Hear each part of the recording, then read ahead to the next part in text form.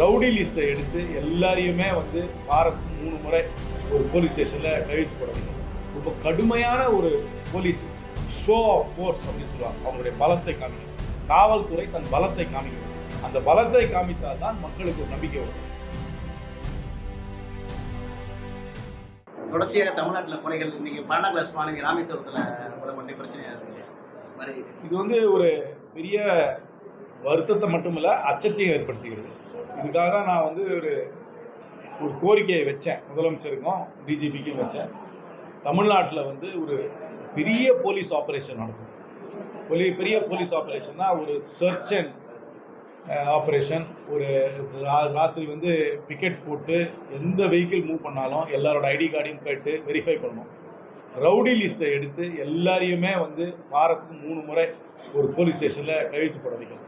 ரொம்ப கடுமையான ஒரு போலீஸ் ஷோ ஆஃப் ஃபோர்ஸ் அப்படின்னு சொல்லுவாங்க. அவங்களுடைய பலத்தை காமிக்கணும். காவல்துறை தன் பலத்தை காமிக்க வேண்டும். அந்த பலத்தை காமித்தால் தான் மக்களுக்கு ஒரு நம்பிக்கை வரும்.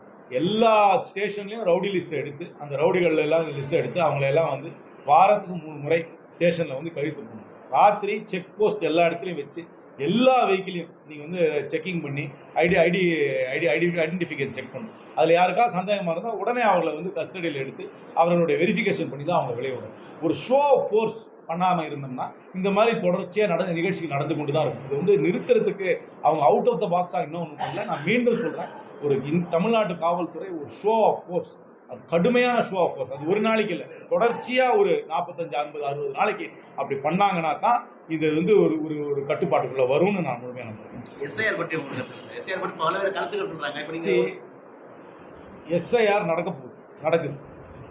ஆனால் அதை வந்து யார் பேரும் விட்டுவிடாமல் பார்க்க வேண்டியது நம்மளுடைய பொறுப்பு. குறிப்பாக அரசியல் கட்சிகளுடைய நிர்வாகிகளுடைய பொறுப்பு. ஒரு இடத்துலையும் அரசாங்க ஊழியர்கள் தான் செல்கிறார்கள், சென்று ஃபார்மை கொடுக்குறாங்க. கொடுக்கும்பொழுது ஒரு வீட்லேயும் அந்த எலிஜிபிள் ஓட்டர் யாராக இருந்தாலும் அவங்க ஓட்டை வந்து கண்டிப்பாக பதிவு செய்யறதுக்கு அவங்க உதவி செய்யணும். அதே போல் இன்எலிஜிபிளாக யாராக இருந்தாங்கன்னா அவங்கள சேர்க்கறதுக்கும் விடக்கூடாது. வெளி மாநிலத்திலேருந்து வந்து டெம்பரரியாக எங்கள் வேலைக்கு வந்திருந்தாங்கன்னா அவங்கள சேர்க்கறதுக்கு அப்ஜெக்ட் பண்ணணும். அதே மாதிரி இறந்து போயிருந்தாங்கன்னா அவங்க பேரில் எடுக்கலாம். 2 இடத்துல பேரில் இருந்தாங்கன்னா அது வெரிஃபிகேஷன் பண்ணி போகணும். இது வந்து ஒரு இன்க்ளூஷனரி ப்ராசஸ். எல்லாரையும் சேர்க்கறதுக்கு ஒரு முயற்சியாக இருக்கணுமே தவிர யாரையுமே நியாயம் இல்லாமல் நீக்குவதற்கு விடக்கூடாது. இந்த லிஸ்ட்டை வச்சு தான் எலெக்ஷன் நடக்க போகுதுன்றது எந்த சந்தேகம் கிடையாது. ஏன்னா பீகாருக்கு முன்னாடி எல்லாம் நீதிமன்றத்துக்கு சென்றாங்க. ஆனால் நீதிமன்றம் இதுக்கு இன்னும் தடை விதிக்கல. இதை வச்சு தான் பண்ணுறாங்க. காலம் கொஞ்சம் டைட்டாக இருக்குது, நான் ஒத்துக்கிறேன். இந்த காலத்தை இன்னும் கொஞ்சம் ரிலாக்ஸ் பண்ணி அவங்க இன்னும் டைம் கொடுக்கணும். 2வது, போகிற கவர்மெண்ட் ஆஃபீஸருக்கு ஏற்கனவே டபுள் வேலை இருக்காங்க. ஏற்கனவே ஒரு வேலை செய்கிறாங்க, அதுக்கு மேலே இந்த டபுள் ஷிஃப்டாக பண்ணுறாங்க. அதை அவங்களுக்கு யூஸ் பண்ணுறதுக்கு அவங்களுக்கு வந்து ஏதாவது எக்ஸம்ஷன் கொடுக்கணும், இல்லைன்னா டைம் நிறையா கொடுக்கணும், இல்லை எக்ஸ்ட்ரா பேட்டா கொடுக்கணும், இன்னும் ட்ரைனிங் கொஞ்சம் நல்லா கொடுக்கணும். ட்ரைனிங்கு அவர்களுக்கு வந்து விவரத்தை வந்து கொஞ்சம் நல்லா எடுத்து கொடுத்து எப்படி பண்ணணும், ஒருத்தருக்கு ஃபார்ம் ஃபில் பண்ண மட்டும் தெரியாட்டி என்னென்ன பண்ணணும் அப்படின்றது இன்னும் ட்ரைனிங் இன்னும் பெட்டராக கொடுக்கும். இந்த டைமில் எனக்குள்ளே இவங்க சொல்கிற அந்த 1 மாதத்துக்குள்ளே முடிக்க முடியுமா இல்லையான்னு எனக்கு தெரியல. இன்னும் அந்த டைமை நீட்டணும், இன்னும் நிறையா ட்ரைனிங் கொடுக்கணும். இதை வச்சு தான் அவங்க எலெக்ஷன் நடத்த போகிறாங்கன்றது எனக்கு எந்த சந்தேகம் கிடையாது. அதுதான் உச்சநீதிமன்றம் சொன்னாங்க. இதை தடை செஞ்சு தான் எது ஒன்றும் முன்னாடி ஆதரவு கிடையாது. அதனால் கட்சிக்காரங்களும் இப்போ பழக ஆரம்பிச்சிட்டாங்க. முன்னாடி கொஞ்சம் சிரமப்பட்டாங்க, இப்போ பழக ஆரம்பிச்சிட்டாங்க. அவங்களும் போகிற இடத்துல யாருக்கும் விட்டு விடாமல் பார்த்துக்கணும். சில கட்சிகள் நன்றாகவே பண்ணுறாங்க, சில சிறிய கட்சிகள் உதவி பண்ணுறாங்க. காங்கிரஸ் கட்சி எங்களால் முடிஞ்ச அளவுக்கு எல்லா இடத்துலையும் இந்த தொகுதியை பொறுத்தவரைக்கும் எல்லா இடத்துலையும் ஆளை போட்டு கூட போய் எல்லா பேரையும் சேர்த்து பெரும்பாலான அரசியல் கட்சிகள் வந்து உச்சநீதிமன்றம் போகிறதுக்கு காரணம் என்ன? அவங்களுக்கு எலெக்ஷன் கமிஷனுடைய டிரான்ஸ்பேரன்சி இல்லாதது ஒரு பெரிய கோளாறு. எலெக்ஷன் கமிஷன் வந்து மிஷின் ரீடபிள் ஃபார்மேட்டில் எந்த டேட்டாவையும் கொடுக்குறது அது தவறு. மிஷின் ரீடபிள் ஃபார்மேட்டில் எலெக்ஷன் கமிஷன் கொடுக்கணும். இப்போவே ஒரு நீக்கினாங்கன்னா யார் பேரெல்லாம் நீக்கியிருக்காங்கிறத மிஷின் ரீடபிள் ஃபார்மேட்டில் கொடுக்கணும். அப்போ தான் நம்ம வந்து போட்டு பார்க்க முடியும் எந்தெந்த பூத்தில் எத்தனை பேர் எடுத்திருக்காங்க. அவங்க வந்து வெறும் ஒரு PDF ஃபோட்டோகிராஃப் தான் அந்த டாக்குமெண்ட் எடுத்து கொடுக்குறாங்க, மிஷின் ரீடபிள் ஃபார்மேட்டாக கொடுக்க மாட்டேங்குது. அது தவறு. எலெக்ஷன் கமிஷன் மிஷின் ரீடபிள் ஃபார்மேட்டில் கொடுக்கணும். யாரையா நீக்கி இருந்தாங்கன்னா அவர்களுக்கு நோட்டீஸ் கொடுக்கணும், அந்த லிஸ்ட்டை போடணும், யார் யாரெல்லாம் நீக்கி இருக்கணும். அதை அரசியல் கட்சிகள் வந்து போய் அதை பார்க்கணும், அதை வெரிஃபிகேஷன் பண்ணணும். அதனால் டைம் கொடுக்கணும். இந்த ப்ராசஸே பண்ண வேண்டாம் நான் சொல்லுவேன். இந்த ப்ராசஸை பண்ணால் இது வெளிப்படையோடு இந்த ப்ராசஸை பண்ணணும். எல்லாரும் இதில் வந்து அந்த டேட்டாவை எடுத்து பார்க்குற அளவுக்கு எல்லாருக்கும் அந்த டேட்டாவை கொடுக்கணும். டேட்டாவை மறைச்சு மூடி நாங்கள் வந்து ஒரு தொகுதியில் 10,000 பேர் எடுத்துருவோம் மட்டும் சொல்லக்கூடாது. எடுத்தோம்னா யார் யார் பேரை பூத் வைஸாக எடுத்துருக்கோம் லிஸ்ட்டு போடணும்.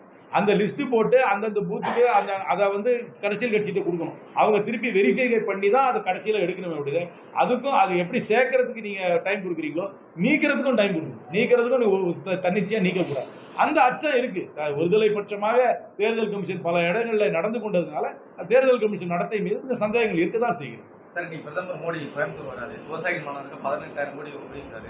விக்கெட் எடுத்ததுக்கு அப்புறம் தமிழகத்துக்கு வரும்போது இது எலெக்ஷன் இல்ல அவர் வருவார், நிறைய வருவார். இன்னையிலிருந்து அடுத்த எலெக்ஷன் வரதுக்குள்ள குறைஞ்சபட்சம் எனக்கு தெரிஞ்சு திரு மோடி அவர்கள் ஒரு டசன் தடவையா தமிழ்நாட்டுக்கு வருவார். இந்த மாதிரி நாளுக்கு அவர் எல்லா அறிவிப்பையும் விட்டதுக்கு அப்புறம் தான் தேர்தலே அறிவிப்பாங்க தமிழ்நாட்டில். அவர் கடைசி வரைக்கும் 18,000 கோடி 50,000 கோடி அறிவிப்பார். பணம் ஆக்சுவலா வருதா இல்லையான்னு பார்க்கணும். இதுவரைக்கும் மோடி அவர்கள் அறிவித்த திட்டங்கள் எல்லாம் இங்க அமல்படுத்தப்பட்டிருக்கதா முதல்ல பாருங்க. ஒரு பீகார்ல கூட சொன்னார், அது 50,000 கோடி மேல பெரிய நம்பர் சொன்னார், யாருக்கும் தெரியாது. 50,000 கோடிக்கெல்லாம் எங்க இருந்து பணம் கொடுக்க போறாரு யாரும் தெரியாது. சும்மா நம்பர் சொல்லுவார், எலெக்ஷனுக்கு முன்னாடி நம்பர் சொல்லிட்டு போவாரு. அதனால ஒன்றும் எலெக்ஷன்லாம் ஒன்றும் மாற போறது இல்லை. எலெக்ஷனுக்கு கூட்டணியை நம்பித்தான் இருக்க போது.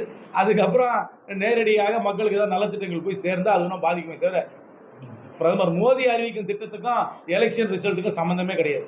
பீகார் எலெக்ஷனுக்கு அப்புறம் தமிழ்நாடு நடக்கிற சட்டசபை எலெக்ஷன் காங்கிரஸ் சீட் ரொம்ப கம்மியாகுன்ற மாதிரி அது தெரியல. பேசி நாங்கள் இந்தியா கூட்டணியில் இருக்கிறோம்.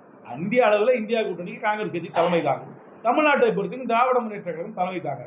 பேச்சுவார்த்தை மூலமாக தான் ஒரு கட்சி எவ்வளவு சீட்டு நிற்க போகுதுன்னு தெரியும். அது இன்னைக்கே டிசைட் பண்ணணும்னு அவசியம் கிடையாது. அதெல்லாம் ஜனவரி டு பிப்ரவரி மாசத்துக்கு கட்சிக்கு அது தெரியாது. இப்போதைக்கு எப்படி சொல்றது? கூட்டி வந்தா என்ன பண்ணுவீங்க? கூட்டி கொடுக்கறதுக்கு வாய்ப்பு இருக்குல்ல, கூட்டுறதுக்கும் வாய்ப்பு இருக்கு, குறைக்கிறதுக்கும் வாய்ப்பு இருக்கு, அதே தொகுதியில் நிற்கிறதுக்கும் வாய்ப்பு இருக்கு. இதெல்லாம் பேச்சுவார்த்தை மூலமா ஒரு கிவ் அண்ட் டேக் பாலிசி தான். இருக்கிறது 234 தொகுதி, இதுக்குள்ளதான் எல்லாரும் ஃபிட் ஆகும். ஒரு கிவ் அண்ட் டேக் பாலிசியில ஃப்ரெண்ட்லியா நடக்கும். ஒரு தேர்தலுக்கு முன்னாடியும் பிரஸ்ல இப்படி தான் கேட்குறீங்க, உங்களுக்கு சீட்டு கம்மியாக கொடுப்பாங்களா கூட வரும். எல்லாத்துலயும் எல்லா எலெக்ஷன்லையும் செட்டில் ஆயிடுது இல்ல, இதே மாதிரி இந்த எலெக்ஷன்லையும் செட்டில் ஆயிடுது. திமுக பாஜக மேல விஜய் எதிர்பார்க்கல, காங்கிரஸ் கூட கொஞ்சம் அட்டாச் ஆகும். என்னை பொறுத்த வரைக்கும் அவர் ஒரு அரசியல் கட்சி ஆரம்பிக்கிறவங்க எப்பவுமே ஆளுங்கட்சிக்கு எதிர்ப்பாக தான் ஆரம்பிப்பாங்க. தமிழ்நாட்டில் ஆளுங்கட்சி டிஎம்கே, மத்தியில் ஆளுங்கட்சி பிஜேபி, அதுக்கு எதிர்ப்பாக தான் கட்சி ஆரம்பிப்பாங்க. யாரும் எதிர்கட்சிக்கு எதிர்ப்பாக யாரும் கட்சி ஆரம்பிக்க மாட்டாங்க. காங்கிரஸ் கட்சி ஆட்சியில் இல்லை, அதனால அதை பற்றி ஒரு விமர்சனம் பண்றது ஒன்றும் இல்லை.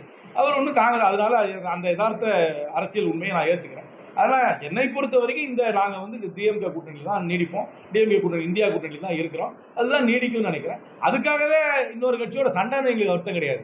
அவர் இந்த கூட்டணியில் நாங்கள் இருக்கிறோம், அவர் ஒரு அரசியல் நிலைப்பாடு எடுக்கிறார், அவ்வளவுதான். செய்திகளை உடனுக்குடன் தெரிந்து கொள்ள கீழ்கண்ட கேபிள் மற்றும் டிடிஹெச் நெட்வொர்க்குகளில் எம்நாடு செய்தி தொலைக்காட்சியை காணுங்கள். பாதகம் செய்பவரை கண்டால் நாம் பயம் கொள்ளலாகாது பாப்பா. மோதி மிதித்து விடு பாப்பா, அவர் முகத்தில் உமிழ்ந்து விடு பாப்பா. அண்மை செய்திகளை உடனுக்குடன் தெரிந்து கொள்ள இணைந்திருங்கள் எம்நாடு தொலைக்காட்சியுடன்.